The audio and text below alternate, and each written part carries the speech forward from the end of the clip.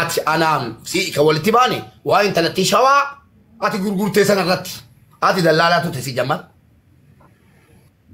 motumman biyarra filate si ergen jiru ragaa dallalli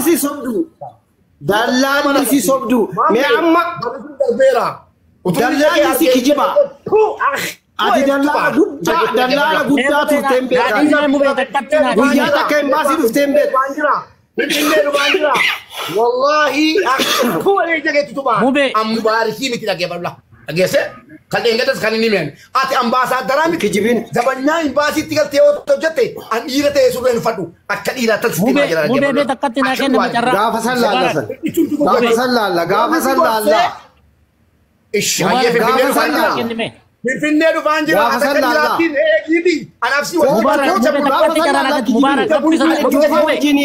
دوفا وجنا سوف نوطا امشي كلا نانو تسلم ايو ان كلامنا سلم مش مبارك باسو كبدوغا اما وندي دفريق لا جيش ما لا وانا لا بچور بعد ورا بدي وانا لا بچور بعد افو موبي نم تكوني اني وامني اجي فدادرو اني وامني ينغت ان كوبان كبا enyu oji ambassador tikala jo enyu mali kuban kaba ibani pat jallate jibite nugusni ke mwana hadda mamma tufa warabat jallate jibite an adda nugusaket sababi ke ko pat de biara sinda ba mana mutte sinda ba seran jechu agese yo abban barbade udduge ke sabilla ba semmo abban irate rufena gafatu an dina namje rufena gafatu kana sitte ka irate chu agese leba an ilmano romo kutaketi shantama ستira gabasa ankalesa siwamni anta ma bi timba na mube anta ni kama master bannati alkatti qabin namichi kuni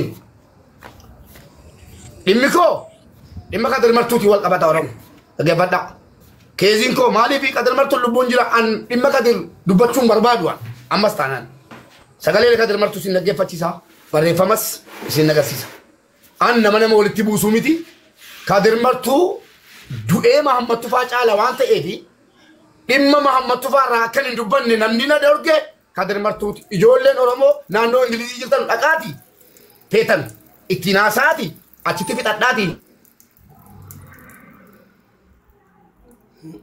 ko ko duga ko damba battu oromo kuta ku da tokko gutu muhammad tufa wonni biya sudan ke satti godan turre injiru tokko jeda anan dimmi ana muhammad tufa wali tibuse imma ijolle oromo biya ke sa dufte jennan inni adam se qabsisu nama muhammad tufa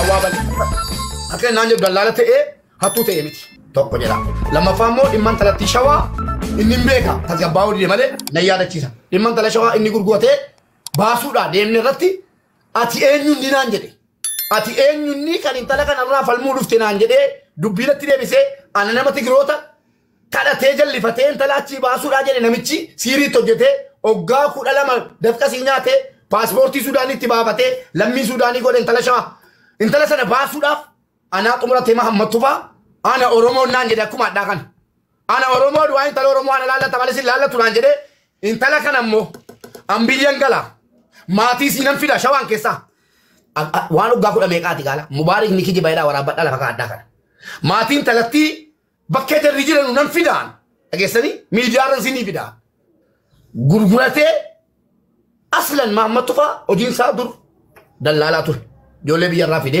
ogato ko amma ogala matto jechifata kana kesan tal shawar kanya tante namichi siri tojete afambar sifate akuma makana nama fancin kama nan dage nan nake intalabran ya nama Ethiopia rafide ran fi obbolesa sibirri gotin Ethiopia rafide bakkan talatin jirtu gesse mucaan qoshasha gatu guyya sadi age badala guyya sadi mana sayatti debise obboles qoshasha gatu gadi bate obbolesa gite hammatte bosse si hojin deemun danda'u jette obbolesa oggame qayade biyyarra amfide jechuudha haga siri to jechise obbolesa babbolete jechuudha gesani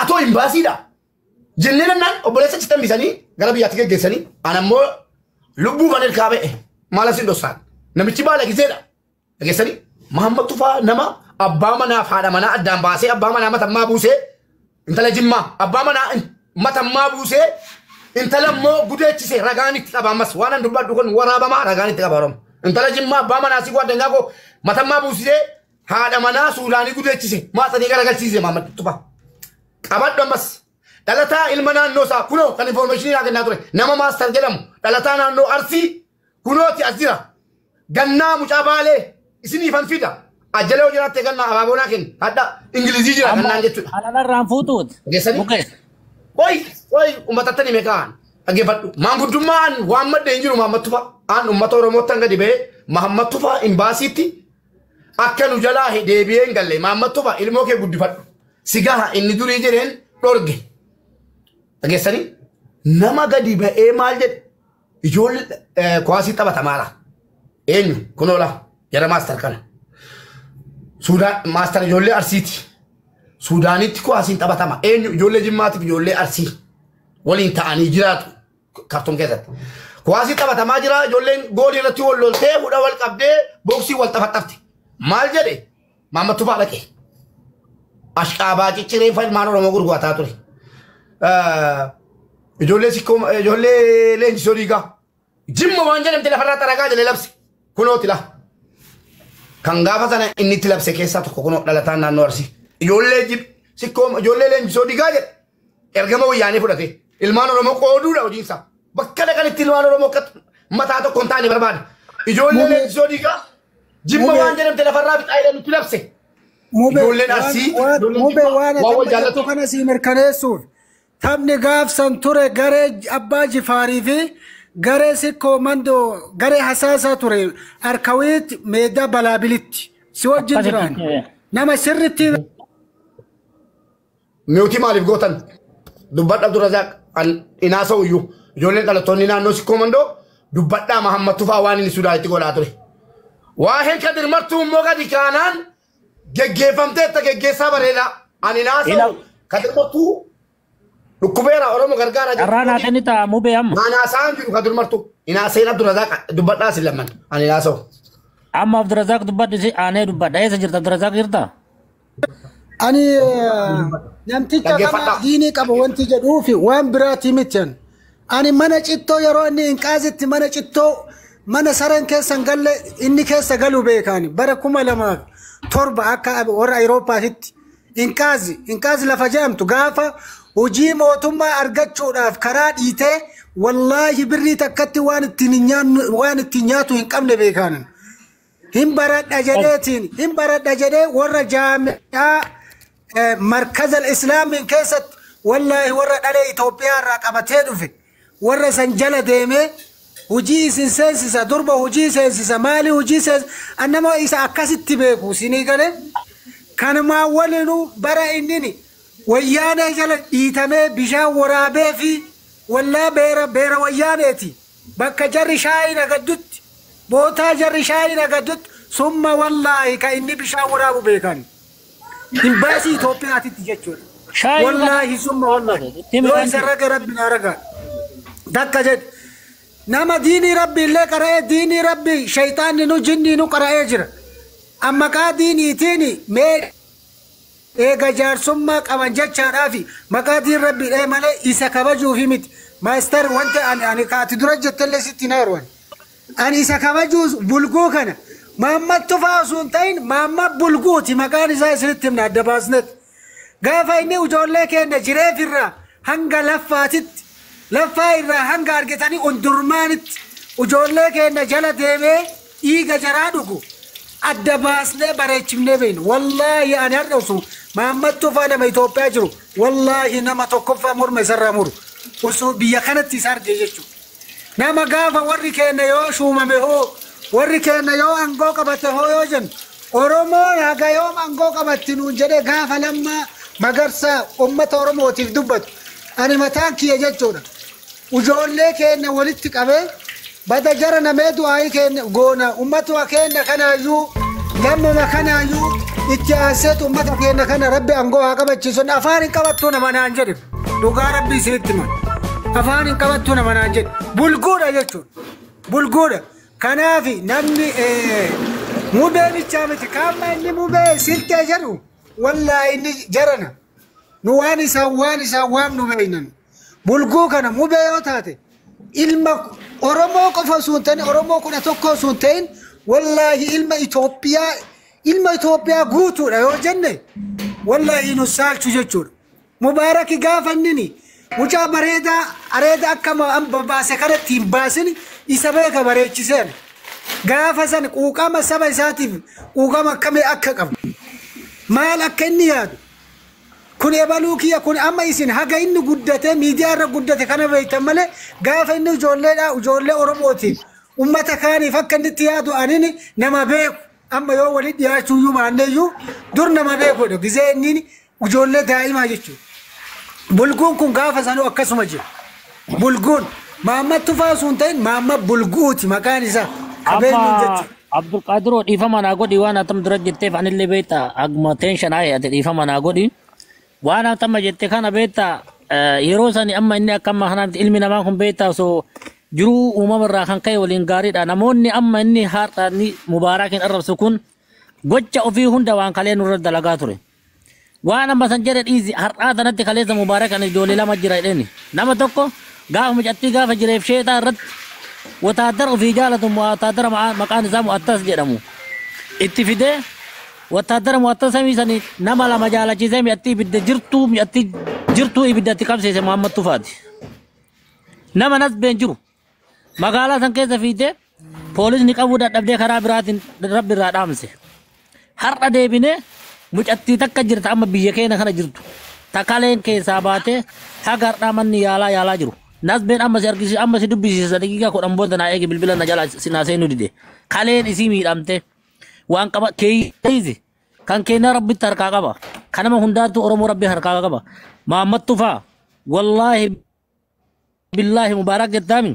Ani osoo rabbii bargana siif jedhanitti miti an siif jedhee wareegama akkamati.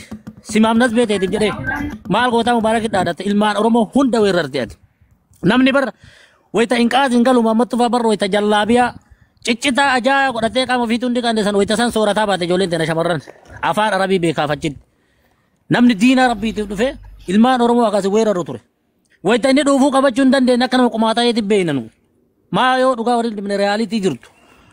Har'a ammoo deebi'ee nama isaa foo dhaabate kan kaleessa nu garafsiiftee kan kaleessa nu hiisiftee har'a gaafa ijoollee mucattii gada basaasaa fidanii mucattii miskiina hojii ofiitiin baane fidanii warqii 40 hatte jedhee Muhammad Tufaa numa 5,000 nu nyaatin nu oromummaadhaaf mucattii sanii nyaattamne afoo gad dhaabate machee Oromoo sabattoon himna manuun jedhee Muhammad Tufaa gaafa imbaasii Itoophiyaatti nu hiriira baane Foki sadarkaa sadaffaa irra dhaabate innanyi araatachuu batiyyiiti mitaa jedhee namichaan Arabiidhaan gubbaan gadhabee shuutar gaa'ee nama jedhee labsa nuun labse Muhammad Tufaa. Intala iluu baaboor milikkita intala iluu baaboor kilaashii gootitti kilaashii. Oo sii fitadha mubee sii fitadha. Nama afur. Sii fitadha mubee. Naa dhaabe. Waan goon wallaallee. Sadi dubbannee sanirraa gabbuun ajaraan honnaa. Isinii fitadha. Balbala imbaasii Itoophiyaatti hiriira baane. Mucattiin poolisa Suudaanii irraa uttaaltee kilaashii fuutee. Mucattiin kilaashii tokkosuu wallaaltee irraa fiigee mucattii irraa fuudhee kilaashii irratti lafaan dhee mucaan Jimmaa ijoollee nama Jaafar jedhanii yoo du'uu baate rabbi isaa haa jiraachisu. Nu harkaa fuudhee innillee kilaashii tokkosuu wallaalee. Nuu dhumnee dhabne jidduutti yoo xiqqaate ijoolleen nama 700 foytu achi jira imbaasii sanarra marsamee jechuudha. Achirraa gabbaaneef harka fuudhee kilaashii namichaa kennee kadhannee Muhammad Tufaa gubbaa gallallabee xiyyiitiin xarage jedheen ilmaan Oromoo Suudaaniin anan ilaallatu jedheenan lammii kiyyaa miti deemaa nuun jedheen namichi Suudaantichaa gabbu'ee shaamballiin nuu dhufee Muhammad namicha Tigree namicha harka muraa waliin jira maqaa isaan ollaalee namni beektan namni Suudaan turtan. Hattaa fi qaaduun amma imbaasii Saawuz Afrikaa jiru dhiisaa jedheen ijoollee nagaan adeemtu mirga ofii baafatte. Gaafsan achitti namichi Suudaanee dhufe bixaaqaa Muhammad Tufaa birrii 800 nu gaafataa ture 1000 nu gaafataa ture birrii 75 yaafadha nuun jedhe namichi Suudaaniin jedhu. Maa jarana waan dhugaa jara wal jara deemin dhugaan jiru maal reyaalitiin jirtu. Namni kun kana dalagee har'a deebee ani imbaasa keessa jira ambaasaadara keessa nuun jedha deebee ilmaan Oromoo gugurdaan nu gaafatee batas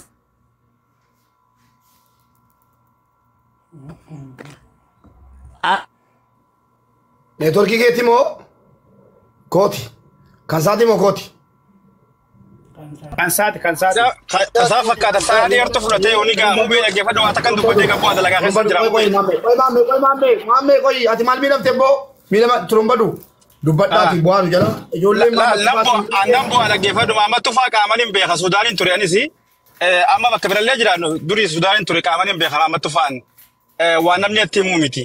Kanaafuu Maamad Tufaa eenyu arras nutti himtani teorii walitti himtanii wal boochisuu hin qabina tabiraawwan jechuun barbaadu ijoollee se koomando warri dhugaa bee dhaabbatanii dhugaa baasuuf dhuftan galatooma. Warri immoo arra Maamad Tufaadhaa keessan gorsee Maamad Tufaa haasa'in inni kaleessa haasa'ee itti walii galamee asii deeme fi wanni inni amma ittiin dhufe haasa'ii tokko miti. Dhufaatiin isaaniitu dhufan tolle. Mari'achisanii warri fide warruma amma dubbii laaqee wajji kute kana. Dhugaa jirtu walitti himaa waliin sossobina wal sossobaati. Ulaa'ika jazaasaati jeeshaa mini biroo. Waa takka kijibni rabbi hakarraa kan rabane qabrii kophaatti galla.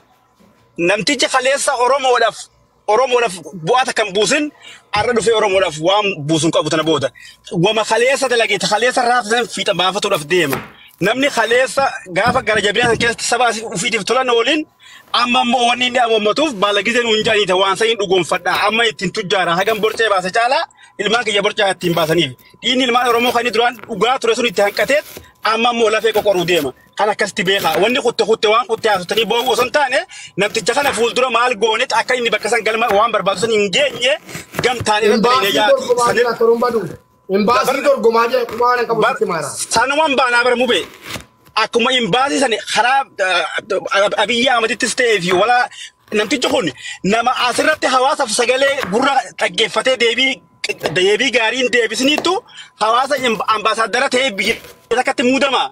Nama akkanaa kana nama sammuu dhiisee hudduu yaaduttu hawaasa hoogganuuf yookaan biyya takka bakka bu'ee biyya namaa keessa deemee muudama.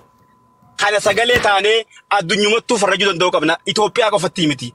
Yoo biyyi teenya nama akkanaa kanaan hoogganamtu taate sun biyya hin qabnu nuti. Biyya qabna jennee waan himannu hin qabnu jechuudha. Badhaadhina jettanii illee hoongoo jennee maqaa taappellaa maxxanfanne. Funyaanni isa ba'uudha. Itti murtaa'ee rabbiin biraa ta'e sheexana biraa ta'e jechuudha. Gaafa silaaduu an harkaa beeka dir. Gaafa gurri koo dhahamu gaafa sana poolisiidhaan ulee gurraacha tokkoon akka harreetti ana kan tumsiise Mahammad Tufaati. Gaafti sun gaafa sana yoo argitan ana dirree sun amma dirree kadirma Oromoon guutuun dirree kadirmartuu itti reebamee lafarraa harkifame akka sareetti dirree kadirmartuu jettee waamti. Eenyu rukuchiise maaloo immoo kadirmartuu nu caala sagalee qaba. Nu caala Oromoo biratti dhageettii qaba. Inni gaafa barbaadee dubbatan maqaa kadirmartuu asirratti waamtanii akka waraabamne dhiifamaa wajjin Abdulqaadir. Dhageessanii waa'ee namaa naaseenaa. Kadirmartuu afaan saatiin gaaf tokko yookiin dubbachuu mala yookiin immoo dhiisuu mala nan laallatu. An dhimma korraa yoo dubbachuun barbaadu dhiisaati. Waan inni ilmaan Oromoo hojjete Oromoon dhageessaara. Gaafa ragaa kana walitti qabadhe yoo mootummaan biyya bulchaa jiru warra afaan keenya dhaga'u warra nu jala oolu namichi kun seeratti nu dhiyaachuu qaba. Adda ABO deeggaruu yoo mootummaa biratti wanjala ta'e kaleessa jarumtuu ABO turan seettane ma dhaggeeffadha. Opiiniyoon harki caalaan warra informationii ABO'tti kennaa ture. Warra Jawaaritti informationii kennaa ture. Dhugaa jiru dubbanna jechuudha walitti cabsine. Ajandaan karaa biraa deemuun barbaadu waan. Warri mootummaa namichi kun hooggansaa miti.